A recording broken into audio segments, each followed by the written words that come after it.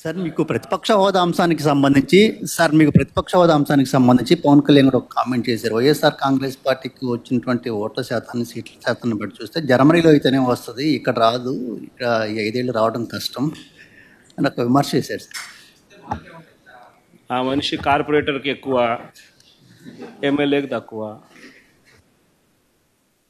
జీవితకాలంలో ఇప్పుడు ఎమ్మెల్యే ఒకసారి అయినాడయ్యా. ఉన్నోళ్ళంతా ఆ పక్క ఉన్నారు. ప్రతిపక్షం ఉన్నది మా పార్టీ తప్ప వేరే ఏ పార్టీ ఉంది? వేరే ఏ పార్టీ లేదు. సో వేరే ఏ పార్టీ లేనప్పుడు ప్రతిపక్షం అనేది ఎవరికి ఇవ్వాలి? ప్రతిపక్ష పార్టీగా గుర్తింపు అనేది ఎవరికి ఇవ్వాలి? ప్రతిపక్ష పార్టీగా ఉన్న వాళ్ళకి ఇవ్వాలి. సో న్యాచురలీ ఆ పార్టీకి ఎంతమంది అన్నా ఎమ్మెల్యేలు ఉండని వాళ్ళకు లీడర్ అనేవాడు ఉంటాడు కదా. సో ఆ లీడర్ని ఏమంటారు? ప్రతిపక్ష నాయకుడనే అంటారు కదా, వేరే పేరు ఏమన్నా అంటారా? సో ప్రతిపక్ష నాయకుడు అని చెప్పి నువ్వు ఎప్పుడైతే అంటావో అప్పుడు ఏంది, దాని అర్థం ఏంది?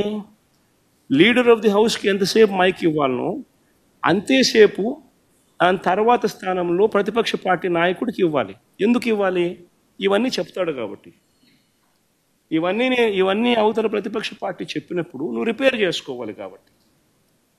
అది గవర్నమెంట్ చేయాల్సిన డ్యూటీ కాబట్టి, పని కాబట్టి. కానీ ఇక్కడేం జరుగుతూ ఉంది? నేను చెప్పనివ్వను, నేను ఎవరి స్వరము విననివ్వను, నీకు 5 నిమిషాల కన్నా ఎక్కువ మైక్ ఇవ్వను అని నువ్వే డిక్టములు పాస్ చేస్తూ ఉంటే ఏ రకంగా అసెంబ్లీలో ప్రతిపక్షం అన్నది మాట్లాడగలుగుతుంది, స్వరం ఇవ్వగలుగుతుంది? ఇప్పుడు మీరే అన్నారు 1.5 గంటలు 2 గంటలు పట్టింది సార్ అని. మరి 1.5 గంటలు 2 గంటలు పడుతుంది. మరి ఇవన్నీ నేను మాట్లాడిన మాటల్లో ఏదైనా ఒకటన్నా వేస్ట్ మాట ఏమన్నా ఉందా? బడ్జెట్కి సంబంధించిన డాక్యుమెంట్సే చూపించినాను, బడ్జెట్కి సంబంధించిన అంశాలే ప్రస్తావించినాను.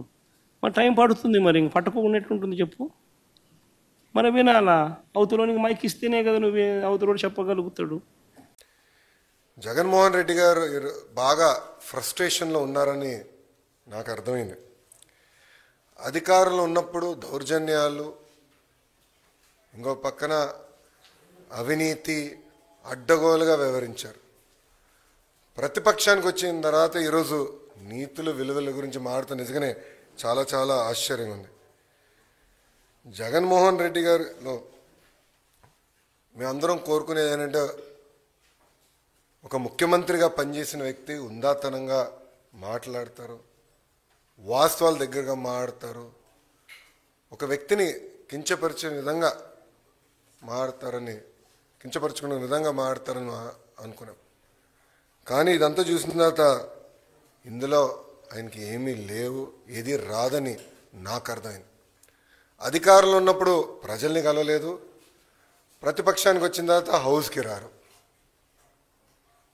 అంటే ఎప్పుడు దూరంగా బతకాలని కోరుకునే వ్యక్తి జగన్మోహన్ రెడ్డి గారు. ముఖ్యమంత్రి పదవి కోసం సొంత తండ్రి శవాన్ని పక్కన పెట్టుకుని ఆనాడు సంతకాలు సేకరణ చేసిన వ్యక్తి జగన్మోహన్ రెడ్డి గారు. 2019 ఎన్నికల్లో సొంత బాబాయిని లేపేసి మేమేదో చేశామన్న నింద మా పైన వేసిన వ్యక్తి జగన్మోహన్ రెడ్డి గారు. ఇంతేకాకుండా ఈరోజు ప్రభుత్వం పైన, బడ్జెట్ పైన, గౌరవ ఉప ముఖ్యమంత్రి గారి పైన మాట్లాడి చూస్తే నిజంగానే నాకు చాలా ఆశ్చర్యం వేస్తుంది. పరదాల ప్రభుత్వం ఈరోజు పోయింది. అదేవిధంగా బూతులు తిట్టే శాసనసభ్యులు కూడా పోయారు. ఎప్పుడు లేని విధంగా ప్రజల కోరిక మేరకు ప్రజలకు ఏదైతే అవసరం ఉందో అది ఈరోజు బడ్జెట్లో మేము పెట్టుకుంటాం జరిగింది. ఎన్నికల ముందల వై నాట్ 175 అని పదే పదే చెప్పిన వ్యక్తి ప్రజలు 11 స్థానాలు ఇచ్చారు. ప్రజలే మీకు ప్రతిపక్ష హోదా ఇవ్వకూడదని నిర్ణయించుకున్నారు. అది ఆయన ఇప్పుడు కూడా తెలుసుకోకుండా నిన్న చెప్పా వన్డే ముఖ్యమంత్రి అని. కరెక్ట్గా హౌస్ ప్రారంభమయ్యే రోజు మొదటి రోజు వస్తారు, నాకు ప్రత్యేక హోదా, క్షమించాలి, నాకు ప్రతిపక్ష నేత హోదా ఇవ్వాలి అని కోరుకుంటాడు, వెళ్ళిపోతాడు. మళ్ళీ ఎప్పుడు ఆయన కంపడరు. అలాంటి పరిస్థితి మనందరం చూస్తున్నాం.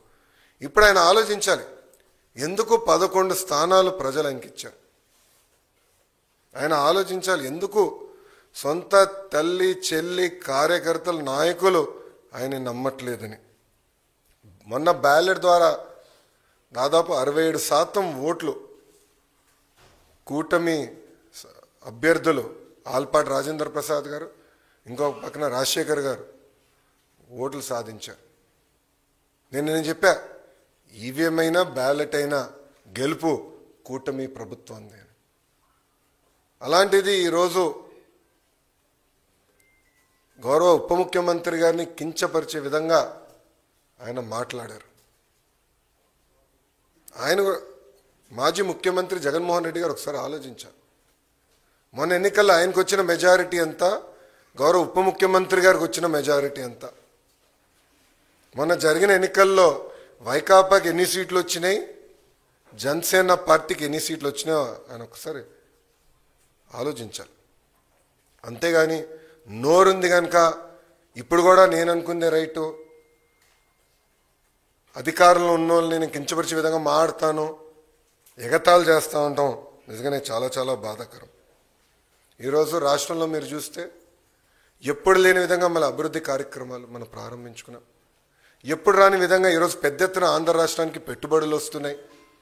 మీరు చూసారు, ఒక టీసీఎస్ కానీ, ఆర్సిలర్ మిత్తల్ కానివ్వండి, ఎన్టీపీసీ గ్రీన్ కానివ్వండి, రిలయన్స్ సిబిజీ ప్రాజెక్టులు కానివ్వండి, ఇట్లా అనేక పెట్టుబడులు ఎప్పుడు రాని విధంగా మన రాష్ట్రానికి వస్తున్నాయి. గత ప్రభుత్వం కనీసం గుంటలు కూడా పూడ్చలేదు, ఆ గుంటలు పూడ్చే కార్యక్రమం కూడా మేము తీసుకుంటున్నాం. అంతేకాకుండా ఎప్పుడు జరిగిన విధంగా సంక్షేమం కూడా మేము చేస్తున్నాం. ప్రజలందరూ ఒక విషయం గమనించాలి.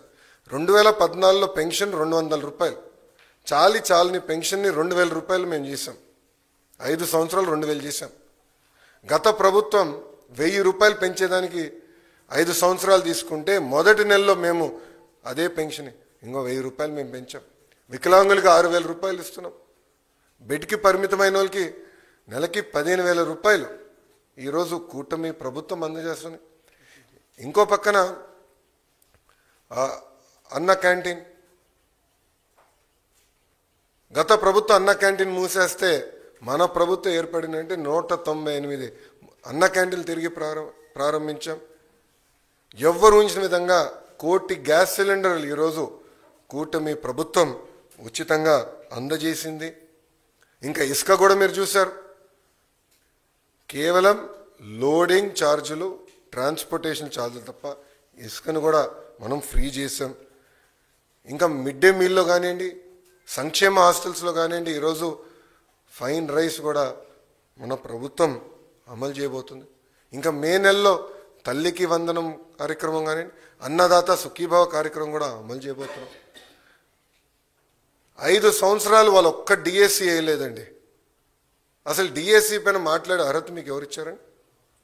నిరుద్యోగులు మా పైన బాధ్యత పెట్టారు. మొన్న జరిగిన గ్రాడ్యుయేట్ ఎన్నికల ఫలితాల తర్వాత బాధ్యత మాకు పెరిగింది.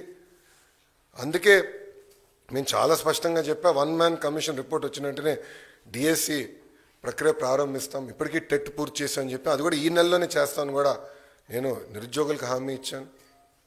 సో ఇట్లా ఇచ్చిన ప్రతి హామీ మేము ఒక పద్ధతి ప్రకారం నిలబెట్టుకుంటుంది కూటమి ప్రభుత్వం.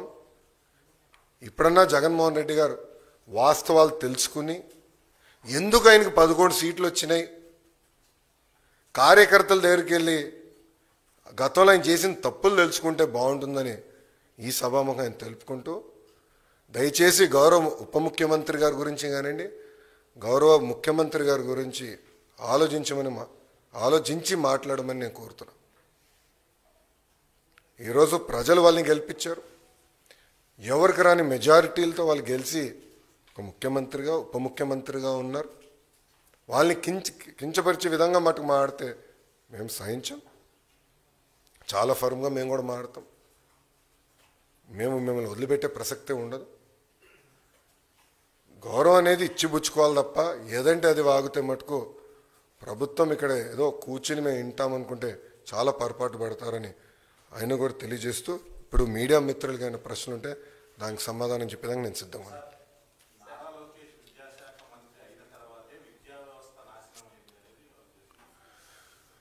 జగన్మోహన్ రెడ్డి గారు హెలికాప్టర్లో తిరిగేవాడండి. ఆయన పైన హెలికాప్టర్లో తిరుగుతుంటే కింద చెట్లు నరికిన రోజులున్నాయి.